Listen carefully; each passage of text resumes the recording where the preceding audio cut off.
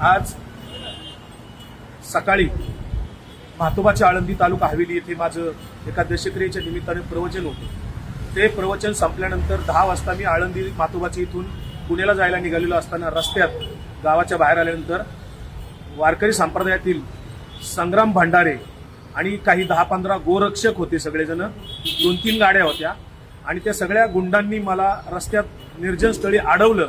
माझी गाडीवर मला उतरून माझ्या अंगावर 2-3 शाईच्या बाटल्या ओतल्या, मला धक्काबुक्की केली आणि 2 जणांच्याकडे रिव्हॉल्वर होते। ते सगळेजण मला जीवे मारण्याची धमकी देत होते। त्यात लोक जमत असताना ते मात्र तात्काळ पळून गेले। मी त्या सर्वांचा निषेध करतो। संग्राम भंडारे आणि त्याच्या सोबत आलेले सगळे जे काही 10-15 गुंड होते, गाड्या घेऊन आलेले, त्यांच्यावर पोलिसांनी तात्काळ कायदेशीर कारवाई करावी। मी लोणी काळभोर पोलीस स्टेशनला इथे फिर्याद देण्यासाठी आलेलो आहे।